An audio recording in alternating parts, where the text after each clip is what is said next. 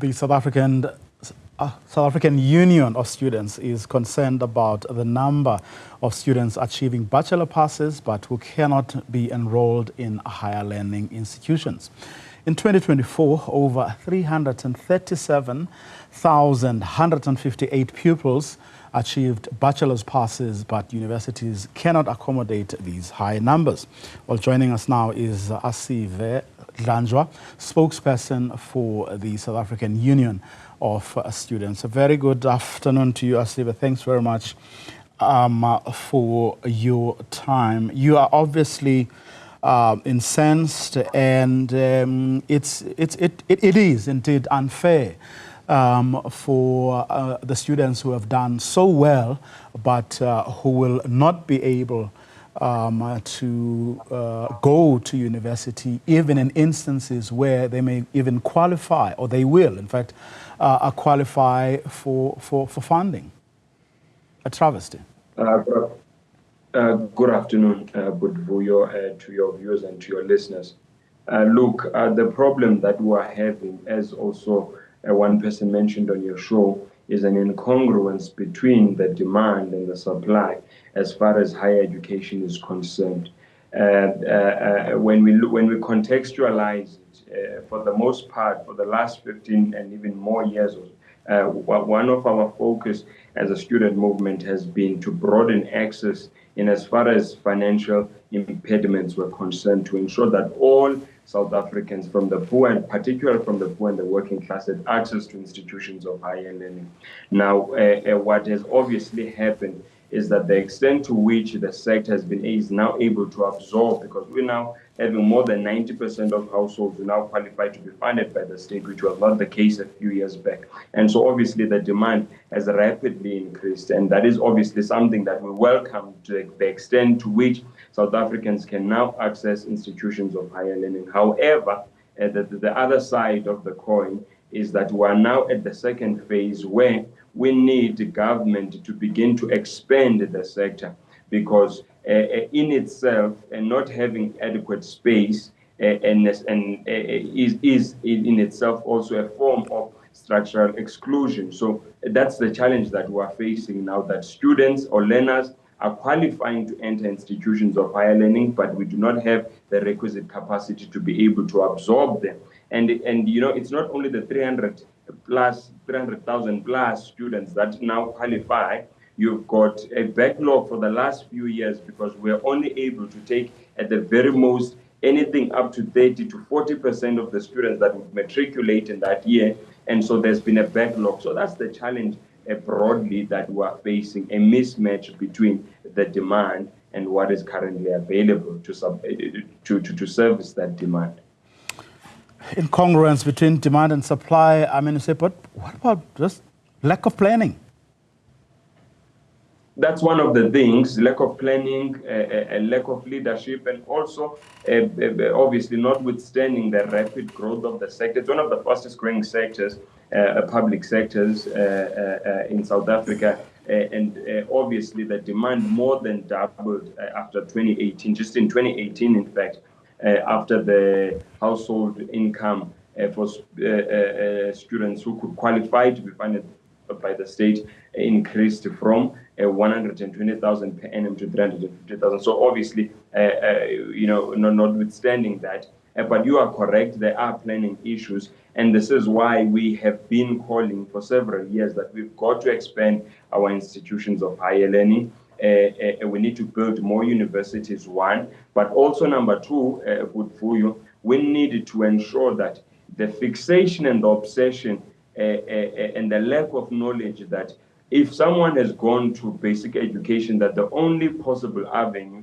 is for one to go to a university. We need to deal with that false narrative. That's not the case. And this is one of the things that is also causing a bottleneck within the university sector, because we have not adequately been able to educate South Africans and inform that there are several options, including, which is probably one of the most critical ones, the TVET sector, where students can also get into, not as a form of last resort but as institutions of choice. So that's the second thing that we need to do: invest in the TVET sector in terms of infrastructure, in terms of its professionalization, and in terms of ensuring that they are institutions of choice. That's the second thing. The third thing we then need to do, we need to invest in blended forms of learning. And we saw during COVID that this is more than possible.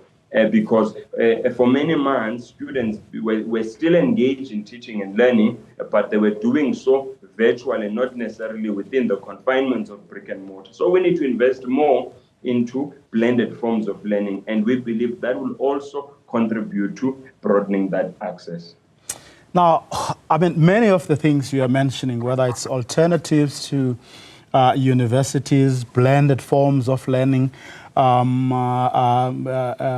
as well, or online universities, as per the call of Parliament's Portfolio Committee Chairperson on higher education. All those things, if they do happen, we're talking about years and years, if not decades. Right now, with the 337, 158 pupils, who achieved bachelor's passes but won't be admitted to universities. Right? Add to that the backlog you have just mentioned. What do you think can be done here and now? The investment and the activation of blended forms of learning is not a rocket science. It's not difficult. It is not a multi-year project. It's just an issue of is the will to do it and is the commitment to do it, because we did this under the most strenuous circumstances ever in the history of our democracy, under a pandemic, and we're able to pull it off across probably all institutions of higher learning. So it's not a question of so I'm thinking as that as a solution for the immediate. It is a solution to us available, but as I say, it will just boil down to will and commitment. We have done it before. It can be done again, and it can seek to, and we are probably not saying increase the sector for all students that qualify and do it now. That's probably not possible. But there's a huge chunk of students who qualify, who more than meet the minimum requirements, who will not be able to study, whereby we can increase the enrollment targets of certain, particularly those institutions that are very capacitated. Dare I say, your Ivy League institutions, they have the capacity in terms of ITC and etc. to be able to broaden and widen their enrollment targets to cater for these students. Other institutions are already doing it, but it's a pity that there is an incoherence between, and the lack of leadership between the department and these public institutions. There's no coherence there, and so each is pulling in their own direction, and there is no sense of unity of purpose to ensure that institutions are able to meet these demands, and there's no leadership also from the department to also then say that these institutions must service these students for the broader socio-economic development goals of the country. So there is capacity. It's an immediate win that we can have. It's not, we've done it before, and as I've said, under the most difficult circumstances.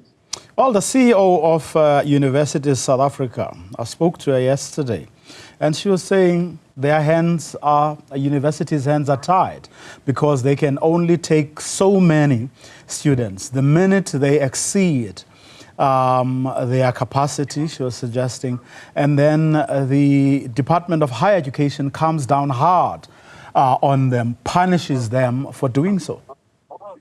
It's the incoherence I'm speaking about, Budvuyo, that there is no sense of coherence and leadership in the sector.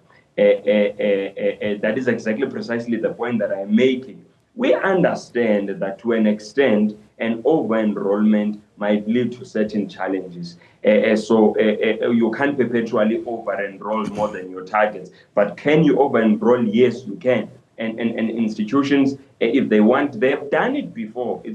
They're not going to be doing. We are student leaders ourselves. We're institutions who are studying ourselves. We have seen years and years where institutions have been able to, obviously within reasonable expectation, expand, go over and above the enrollment tax. So the first thing that they can do that. The second thing is that, as I have said, is that they must invest in those, or they must activate, because some of them invested heavily during COVID. Now it is a matter of them just activating some of those systems so that they are able to cater for, at least, even if marginally so, for more students than they can accommodate within the brick and mortar confinement. So it is possible, and it's just, but what you are alluding to is exactly the point that we are trying to make, that there is incoherence and confusion in the sector and no sense of direction. Asive Dlanjwa, thank you very much for your time, spokesperson for the South African Union of Students.